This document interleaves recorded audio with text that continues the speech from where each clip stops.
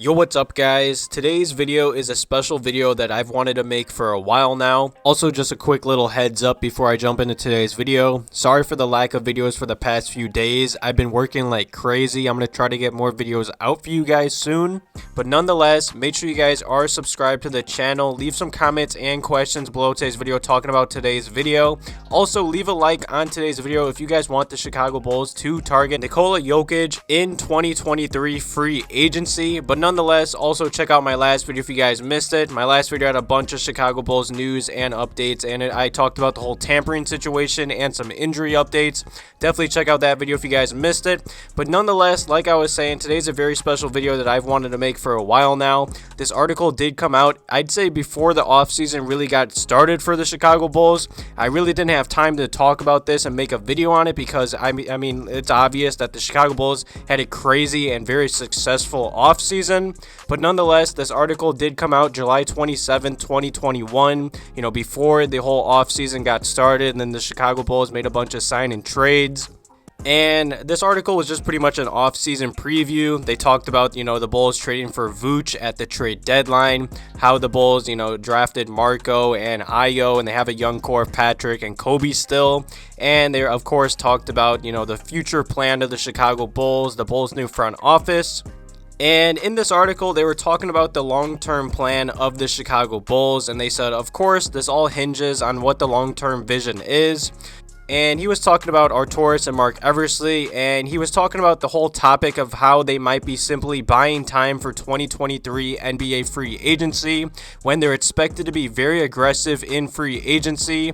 And let's be honest, this past offseason, I think that's proven that this front office is not scared to make moves. They're not scared to trade draft picks or young players or just trade the whole roster. They pretty much changed the whole GarPax roster, and I love to see that. I'm very happy with an aggressive front office. And in this article, they were talking about 2023 NBA free agency, like I just said. And in that summer, center and league MVP Jokic is projected to be a free agent. And I think it's obvious, back in Denver, Arturas worked with Jokic. He drafted him. So obviously they have a connection. And I remember this offseason or during the season, the Joker and Arturas talked about, I believe, pregame before a Bulls versus Nuggets game about how they're really good friends. They're really close and they still text like every other day. I'll try to find an article or tweet to throw that up on the screen right now. So I just wanted to talk about this whole topic in today's video. Definitely leave some comments and questions below today's video if you guys want the Bulls to target the Joker in 2023 NBA free agency.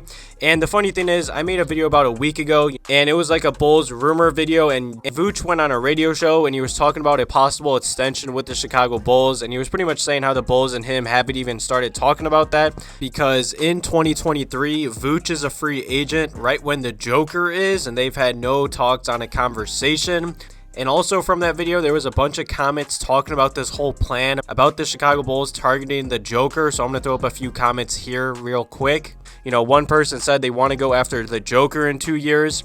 And I understand with all the extensions Denver gave out, their money might be tight. And this is a big key. Like I said, Joker is a free agent in 2023. And as of right now, the Chicago Bulls will have a bunch of cap space in 2023 and 2024 free agency. As of right now, of course, they haven't signed Zach LaVine to the max contract that he's expected to get next offseason. But as of right now, the Chicago Bulls are expected to have $54 million in cap space in 2023 free agency. And in that free agency, the only players that the Bulls are expected to have under roster is Demar, Lonzo, Patrick Williams, Alex Caruso, Marko, and of course Zach LaVine if he signs that supermax deal or max contract I expect him to. So the Bulls are going to have the money to do it, and I truly do believe this is the plan of Arturas and Mark Eversley. Like I've said, they're very aggressive. They always have everything planned out. They're not scared to shoot their shot. And let's be honest, I believe they're always 2 steps ahead of people. I mean, nobody saw the Bulls trading for Lonzo, trading for Demar, making all these big moves, especially because the Bulls had no cap space this last offseason. Imagine what the Bulls are going to do with $54 million in cap space. So I know this is still a while. I might be getting ahead of myself, but I thought this would be fun to talk about. You know, Joker just won the MVP. The Nuggets just signed a bunch of players to huge extensions. The money might be tight, but nonetheless, he did win MVP last season. And for his career, he's played 455 games. He really hasn't gotten that hurt that much, which is great to see. And for his career, he's averaged 19 points per game, 10 total rebounds, and 6 assists per game.